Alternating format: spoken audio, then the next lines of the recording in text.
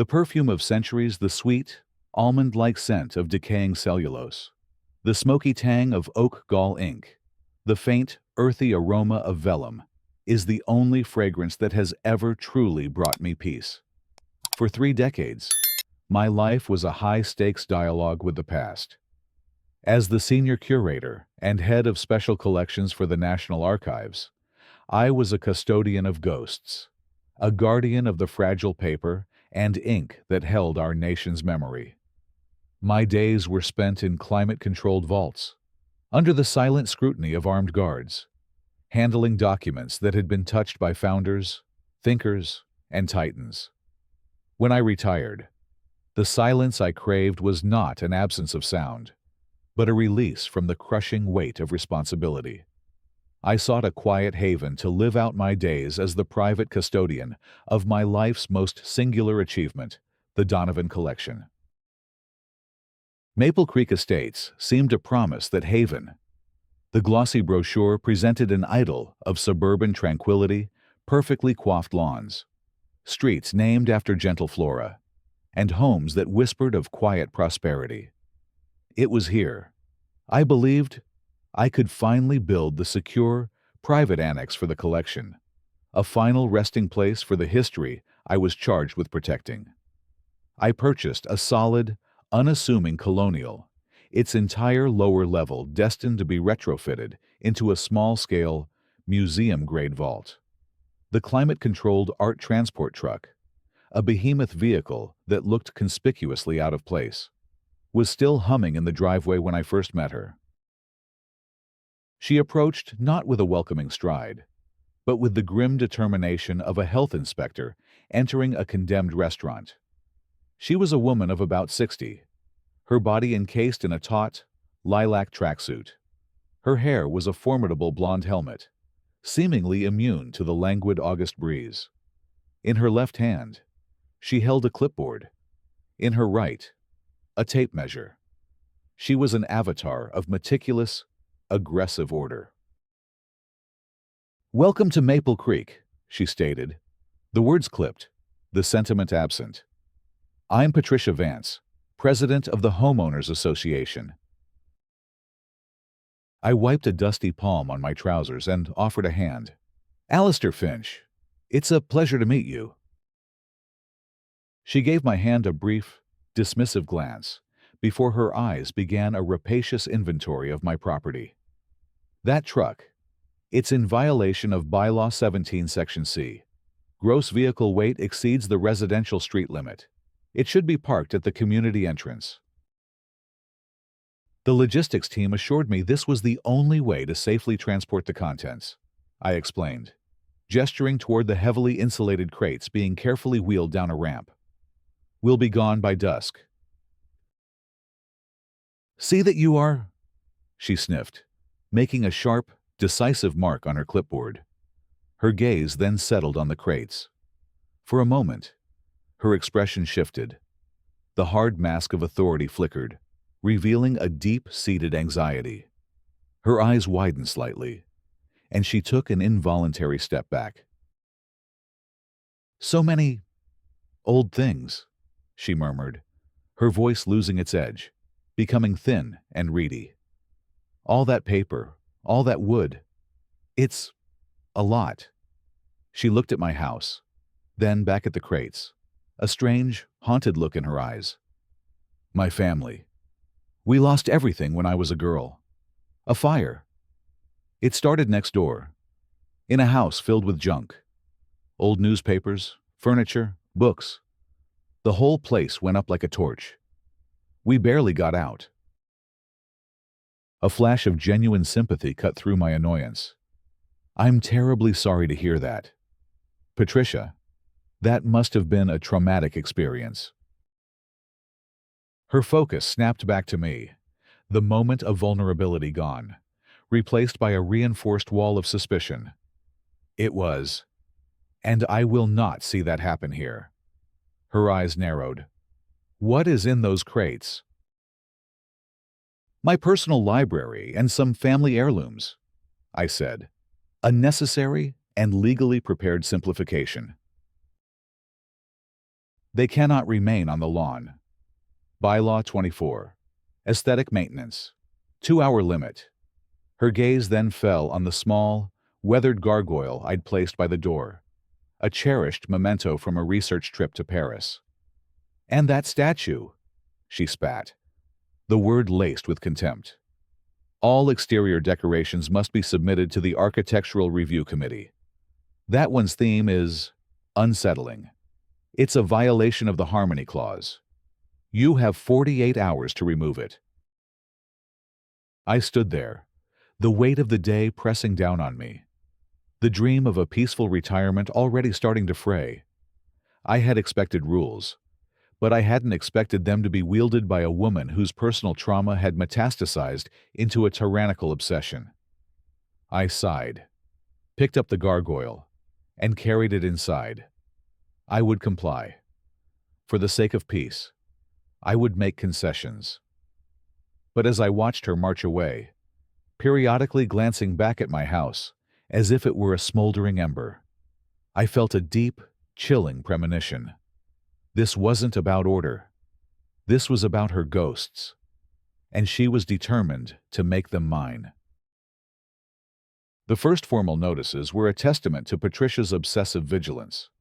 They appeared on my door with the regularity of a metronome, printed on heavy cardstock that felt both elegant and menacing. The first was a $25 fine for improper lawn maintenance. A photograph was included, a ruler held against a blade of grass in my front yard, proving it was a half-inch taller than the mandated 3-inch maximum. The sheer, painstaking effort it must have taken to find and document such a minuscule infraction was staggering. The next fine was for unapproved waste receptacle timing. I had retrieved my bins from the curb at 9:23 a.m., a full 23 minutes after the 9:00 a.m. deadline stipulated in the covenants. It was a war of 1,000 paper cuts, each one a small, stinging reminder that I was under constant surveillance. I paid each fine promptly, sending a check via certified mail and keeping a meticulous digital record of the violation notice, the check, and the delivery confirmation. It was second nature, the same archival discipline I'd apply to accessioning a new collection: document everything, establish an unimpeachable record. My real work was happening in the basement. I had contracted a specialized firm to transform the large space into a climate-controlled vault. The walls were reinforced. A commercial-grade HVAC and humidity control system was installed, and the door was replaced with a thermally insulated steel one with a biometric lock. Inside, museum-grade mobile shelving was being erected.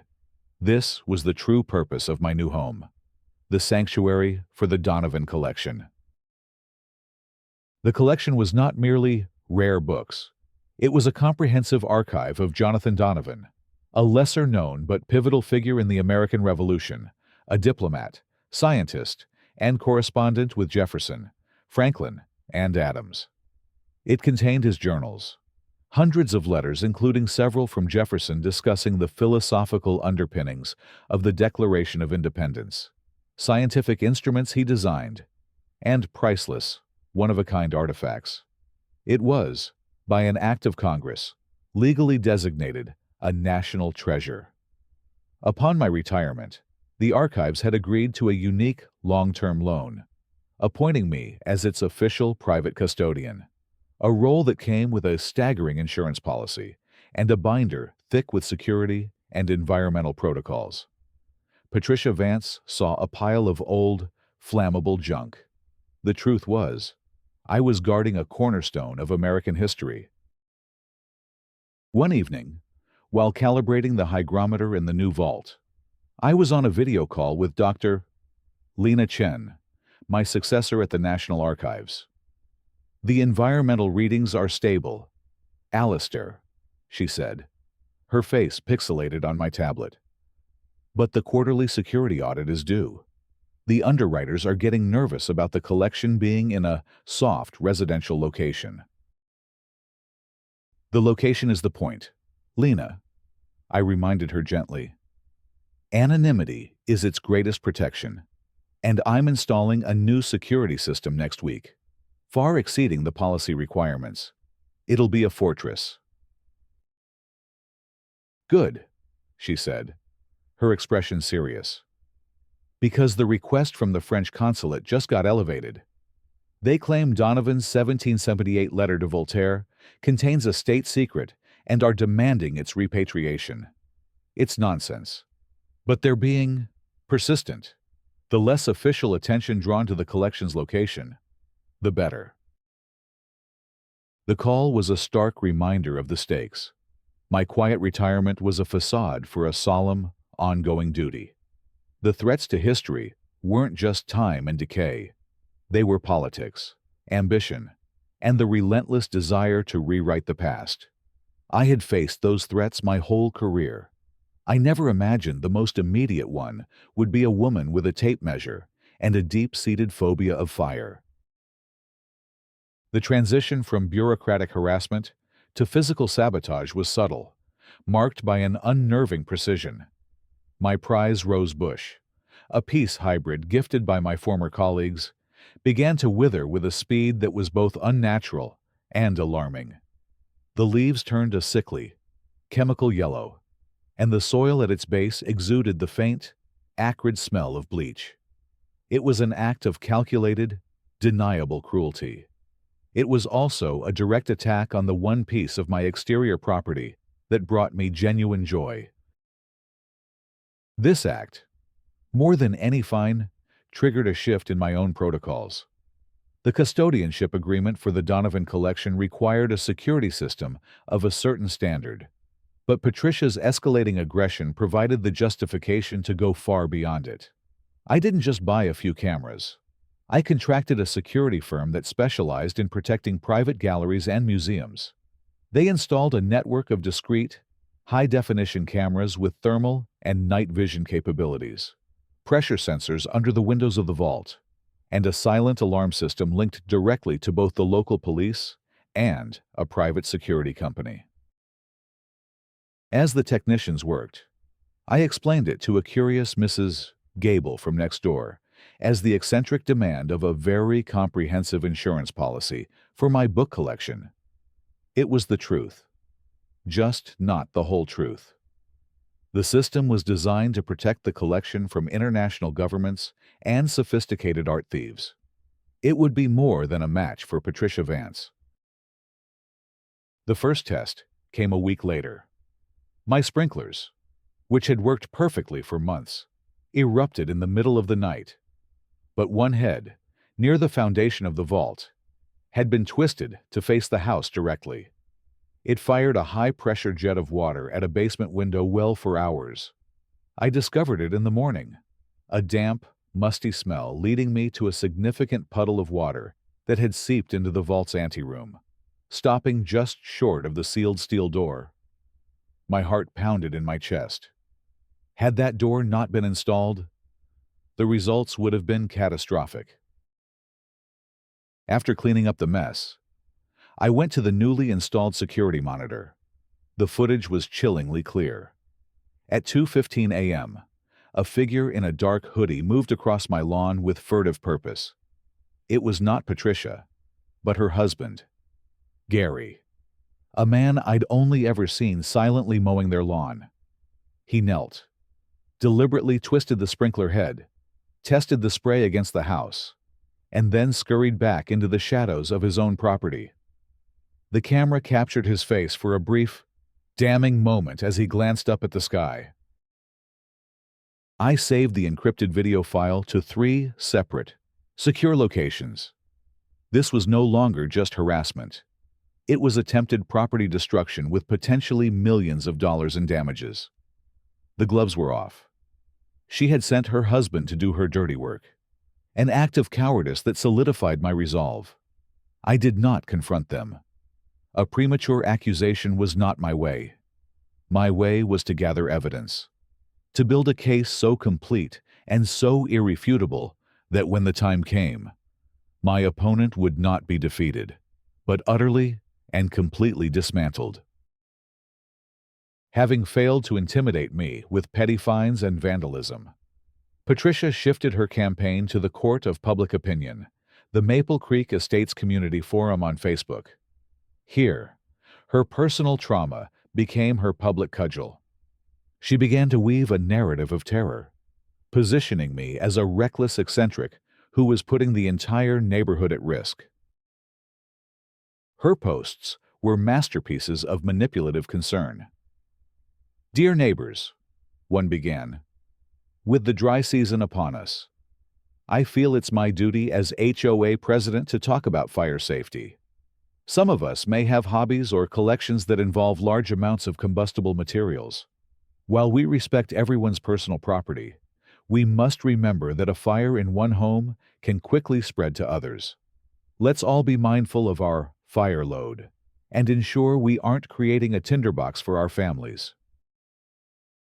The phrase fire load was specific. It was the kind of term a fire marshal might use.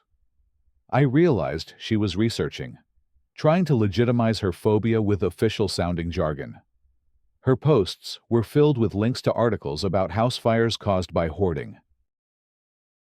The comment section became a battlefield of whispers. Her allies chimed in with, "So true, Patricia. Thanks for being so vigilant." And, "I saw the moving trucks at the new neighbor's house. It looked like a whole warehouse was being emptied." My social standing in the neighborhood plummeted. The friendly waves from neighbors became stiff. Uncertain gestures. Conversations at the community mailbox would fall silent as I approached. I was being methodically and successfully isolated, branded as the neighborhood menace. The irony was suffocating. The most secure and fireproof structure in the entire county was being decried as a fire trap. Instead of fighting her online a fool's errand, I continued my archival process. Every post, every comment, every veiled accusation was screenshotted, time-stamped, and saved to the growing Patricia Vance file on my encrypted drive. Her next step showed a new level of strategic thinking. Realizing the fire hazard angle was, for the moment, just speculation. She tried a different approach. She filed a formal complaint with the County Historical Preservation Committee, claiming I was improperly storing items of potential historical significance to the county. It was a clever move, an attempt to use a legitimate cultural authority against me. A week later, a polite, scholarly woman named Dr. Albright from the committee arrived at my door. "Mr. Finch," she said, "we received a complaint. It's likely just a misunderstanding, but I have to follow up." "Of course," I said, leading her inside. "The complaint, I take it, concerns my library." I led her not to the vault, but to my upstairs study, where I kept a few of the less sensitive, though still valuable, items from the Donovan collection. On a large oak desk lay a series of botanical illustrations from the 18th century. Dr. Albright's eyes widened. "Are these from the Donovan expeditions?" "They are," I confirmed. "I'm working on a new catalog entry for them." She walked closer, her professional demeanor melting into one of pure, unadulterated academic awe. I wrote my master's thesis on Donovan's early cartography. I never dreamed I'd see any of the collection in person. Your name is Alistair Finch, of the National Archives." The pieces clicked into place in her mind. Oh my goodness. The complaint is from Patricia Vance, isn't it? She called us 3 times. Dr. Albright shook her head in disbelief. "Mr. Finch, Dr. Finch, I am so sorry to have wasted your time. It is an honor to meet you. Please, rest assured, our office will consider this matter closed." Her visit was a small victory, but a dangerous one. I knew that by thwarting her attempt to use a legitimate channel, I had only cornered her further. A cornered, obsessive personality does not retreat. It attacks with greater ferocity. The failure with the Historical Society would not dissuade her. It would only force her to find a blunter, more powerful instrument to swing. Patricia's failure with the historical committee only hardened her resolve. If the cultural authorities wouldn't listen, she would turn to the ones who dealt in emergencies and hazards. Her fear, legitimized in her own mind by my refusal to capitulate, now demanded a more forceful response. She was no longer just a concerned neighbor. She was a self-appointed sentinel, guarding Maple Creek against a fiery apocalypse of her own imagining. The knock on the door was loud, firm, and official. Through the peephole, I saw two men in uniform. This time, there was no polite academic. This was Captain Miller from the City Fire Department and an officer from Code Enforcement. The blunter instrument had arrived. "Mr. Alistair Finch?" Captain Miller asked, his expression impassive, but his eyes sharp and assessing. "Yes. How can I help you, Captain?" "We've received a formal, detailed complaint about a severe fire hazard at this address, sir," he stated, his voice all business. "The report alleges a hoarding situation involving massive quantities of flammable materials, specifically paper and wood, creating an unsafe fire load and blocking egress routes." There was that phrase again, fire load. This was her magnum opus of fear-mongering, now given the veneer of an official report. "There seems to be a significant misunderstanding," I said, my voice calm and measured. "But please, come in. You must see for yourselves." I led them through the house, the sterile tidiness of the living areas already contradicting the image of a hoarder's den. I believe the complaint pertains to my personal library and collection, which is housed in a purpose-built facility in the lower level. I keyed in the code for the anteroom, and then used my thumbprint to unlock the heavy steel door to the vault itself. The door swung open with a soft, pneumatic hiss, revealing the climate-controlled sanctuary within. The cool, dry air, smelling faintly of old paper, washed over us. The two men stopped dead in their tracks, their expressions of stern duty dissolving into sheer astonishment. Before them were not teetering stacks of flammable junk, but rows of immaculate, industrial-grade mobile shelving, gliding smoothly on recessed tracks. The aisles were wide and clear. The lighting was cool, recessed LED, and the walls were exposed, reinforced concrete. A complex array of ductwork for the climate control system ran neatly along the ceiling. "This," Captain Miller said, his voice a low whistle, "is not what I was expecting." He pointed to a series of nozzles in the ceiling. "Is that a halon suppression system?" "Close," I corrected gently. "It's a modern clean agent system, Energen. It suppresses fire by displacing oxygen, leaving no residue and causing no damage to paper or sensitive materials. The entire vault is also on a dedicated electrical grid with arc fault interrupters." The code enforcement officer was slowly walking down an aisle, looking at the neatly organized archival boxes and leather-bound spines. "The complaint said your egress routes were blocked." "The only egress route is the door we came through," I explained.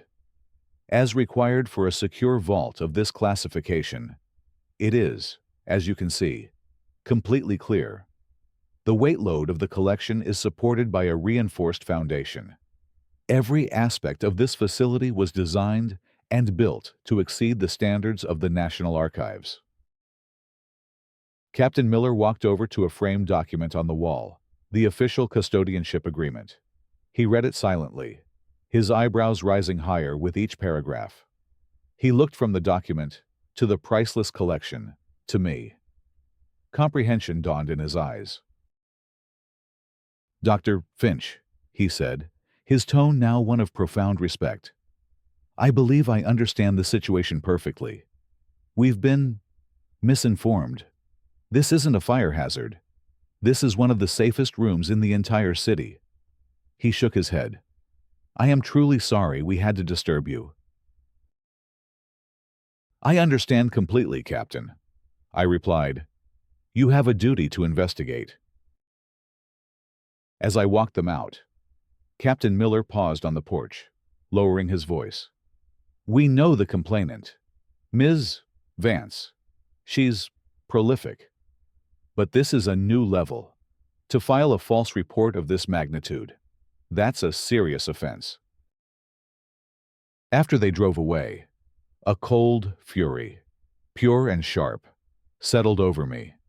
She had used the city's emergency services as her personal army. She had attempted to breach the sanctuary of the collection with brute force and lies. This was a declaration of total war. Her obsession, born of a childhood trauma, had now made her a genuine menace, not just to my peace, but to the physical safety of a national treasure. The time for passive documentation was over. Patricia Vance had just made the biggest mistake of her life. The final assault was a masterpiece of legal malice. Having failed to get satisfaction from the Historical Society and the fire department, Patricia had clearly sought legal counsel, twisting her obsessive fears into a plausible, if deeply flawed, legal argument. She no longer saw me as just a strange neighbor. In her mind, I was a criminal, and she was the righteous agent of justice. She confronted me on a Saturday morning as I was trimming the new rose bush I had planted. She didn't approach my property. She stood on the sidewalk, a manila envelope in her hand. Her husband, Gary, hovering nervously behind her. Her expression was one of grim, triumphant vindication. "Finch," she called out, her voice ringing with authority. "I have something for you." I put down my shears and walked to the edge of my lawn, a deep sense of finality settling over me. "Patricia, your little tricks with the fire department didn't work," she said, her voice dripping with scorn. "There are other ways to enforce community safety. I've been speaking with a lawyer." She stepped forward and thrust the envelope at me. "The HOA is suing you on 2 counts. First, for creating a public nuisance and a fire hazard that is demonstrably lowering the property values of your neighbors." She gestured to her own house. "And second, for harboring a biohazard." "A biohazard?" I asked, my voice dangerously calm. "That's a new one." "Toxic mold," she snapped, her eyes gleaming with fanaticism. "Stachybotrys chartarum. It grows on old, decaying cellulose material. Your house is a breeding ground, a toxic time bomb waiting to release its spores into our air, onto our children." It was the argument of a desperate mind, a theory patched together from late-night internet searches. But in a courtroom, even the most absurd claim had to be formally dismantled. "That's a baseless and scientifically illiterate accusation, Patricia," I said. "It's what a jury will hear," she shot back. "We're seeking a court order for the immediate professional removal and incineration of your entire collection. And we are placing a lien on your house to cover the legal fees and the cost of the hazardous material disposal." Then came the final, personal threat. "And when we win, I will personally send a copy of the judgment to the National Archives. I'm sure they'd be interested to learn that one of their esteemed curators retired and became a public menace. I doubt they'll want a man like you associated with their good name." It was a declaration of total annihilation. She wasn't just trying to remove the collection. She was trying to destroy it. She wasn't just trying to drive me from the neighborhood. She was trying to shatter my professional legacy, the very core of my identity. She was threatening to burn down my life's work, a symbolic echo of the fire that had defined her own. I took the envelope from her hand, my gaze unwavering. The patient, accommodating academic was gone. The quiet retiree had vanished. In their place stood the senior curator, the man who had faced down threats from foreign governments and billionaire plunderers, the guardian of the Donovan collection. "You are making a catastrophic mistake," I said, my voice low and devoid of emotion. "The only mistake was letting you move in," she sneered, convinced of her victory. "You have 30 days to respond." She turned and marched away, a conquering hero in a lilac tracksuit. I stood there, holding the legal documents that were meant to be my ruin. But they were not an ending. They were a key. She had just unlocked the door to the one arena where her obsessive fantasies and neighborhood gossip would be incinerated by the cold, hard, and overwhelming power of the truth. She had chosen the battlefield, and on that field, she stood no chance at all. The arbitration hearing was held in a soulless conference room at the county courthouse, a place designed to drain all emotion from legal conflict. Patricia Vance sat at the plaintiff's table, flanked by her smarmy lawyer, Barry, and two grim-faced HOA board members, dressed in a severe charcoal suit. Patricia radiated an aura of unshakable, righteous conviction. She was not a villain in her story. She was the hero, saving her community from the dragon next door. I sat alone at my table. My only companion was a slim, hand-tooled leather briefcase. My decision to represent myself had been met with a smirk from Barry and a look of pity from the arbitrator, a no-nonsense retired judge named Henderson. They mistook my solitude for weakness. Barry opened with a flourish, his voice resonating with practiced alarm. He painted a picture of me as a dangerous recluse, a hoarder whose house was a ticking time bomb of fire and pestilence. He presented the evidence: Patricia's photographs of the moving crates, printouts from dubious websites about toxic mold, and a petition signed by a handful of neighbors. He spoke of Patricia's tragic past with fire, framing her campaign not as harassment, but as a form of civic PTSD. "She is not a persecutor," Barry intoned dramatically. "She is a protector." He concluded by demanding an emergency order for the immediate seizure and destruction of the hazardous materials. Judge Henderson steepled his fingers, his expression unreadable. "Mr. Finch," he said, his voice gravelly. "A powerful accusation. What is your response?" I rose, walked to the podium, and placed my briefcase on it, clicking open the latches. My voice was calm, the lecture hall tone I had used for 30 years. "Your Honor," I began, "the plaintiff's case is a construct of personal trauma, scientific ignorance, and malicious fabrication. It is built on two claims that my home is a fire hazard and my collection is a biohazard. Both are demonstrably false." I slid a folder across the podium. First, the fire hazard. This is the official report from Fire Captain Miller, detailing his inspection of my home. His conclusion, and I quote, "The Finch residence and its secure archive not only meet, but vastly exceed all known fire safety protocols. The complaint is without merit and appears to have been filed in bad faith. A copy for you, and for the plaintiff." Barry's smirk faltered as he read the report. A muscle in Patricia's jaw twitched. "Second," I continued, "the sensational claim of toxic mold. The plaintiff's counsel repeatedly invokes Stachybotrys chartarum. As he correctly noted, it grows on wet cellulose. However, he conveniently omits that it requires modern, wood pulp-based cellulose and constant moisture conditions. My climate-controlled vault is scientifically designed to prevent. Furthermore, it cannot colonize pre-19th century linen rag paper or vellum." "Objection," Barry shouted, jumping to his feet. "Mr. Finch is not a qualified expert to make such claims. Judge Henderson fixed me with a stare. Is that true? Mr. Finch, are you an expert? This was the moment, the pivot upon which the entire conflict would turn. Yes, Your Honor, I said. I am. I drew a leather-bound document from my briefcase.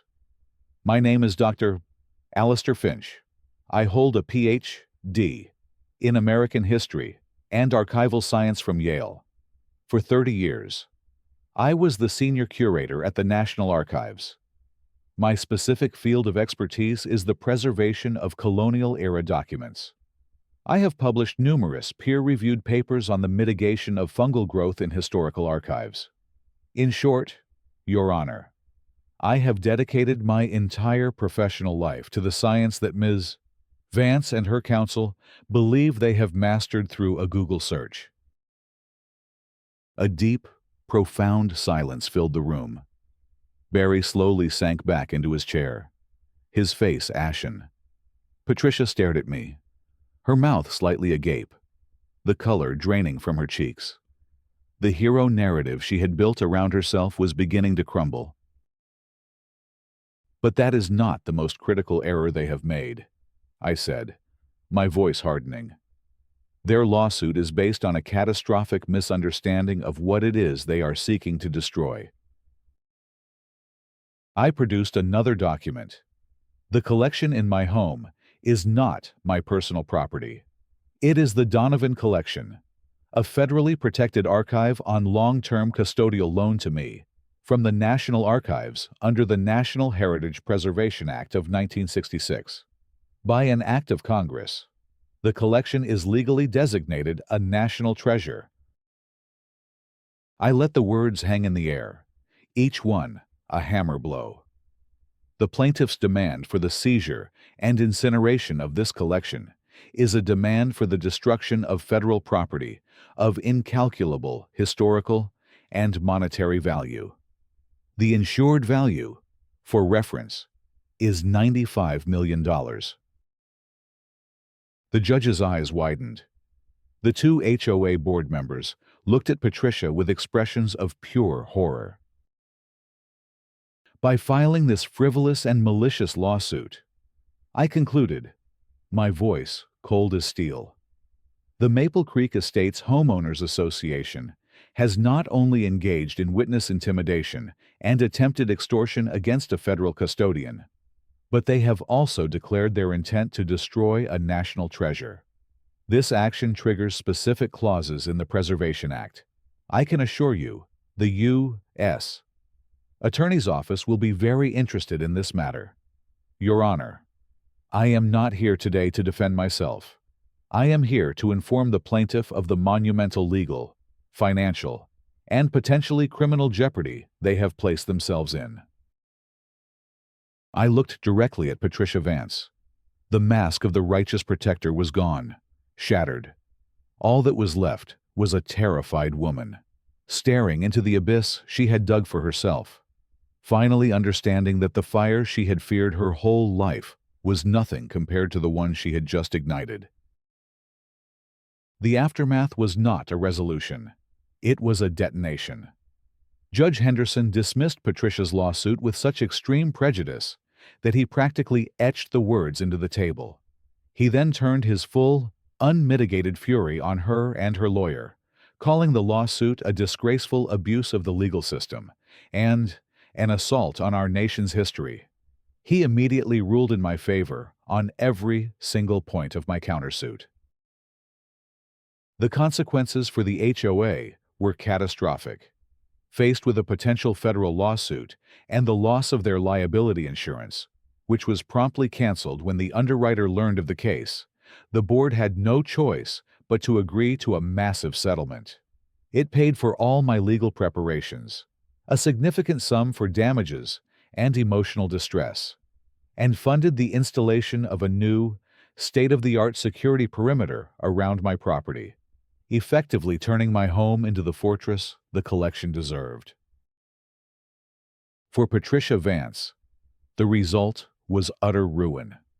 She was removed from the HOA board in disgrace and ordered by the court to post a lengthy, humiliating public apology on the community forum, detailing her lies, her harassment, and the true nature of the collection she had tried to destroy.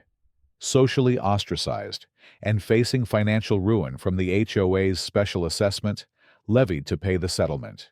She and her husband sold their house at a loss and were gone within 3 months. I felt a sliver of pity for the scared child she once was, but none for the vindictive woman she had become. A new HOA board was elected, led by the sensible Mrs. Gable. Their first act was to formally apologize to me and to undertake a radical revision of the bylaws, eliminating the absurd, tyrannical rules that had enabled Patricia's reign. An atmosphere of neighborly peace, the one I had originally sought, finally settled over Maple Creek Estates. This evening, I sit in the quiet, climate-controlled sanctuary of the vault.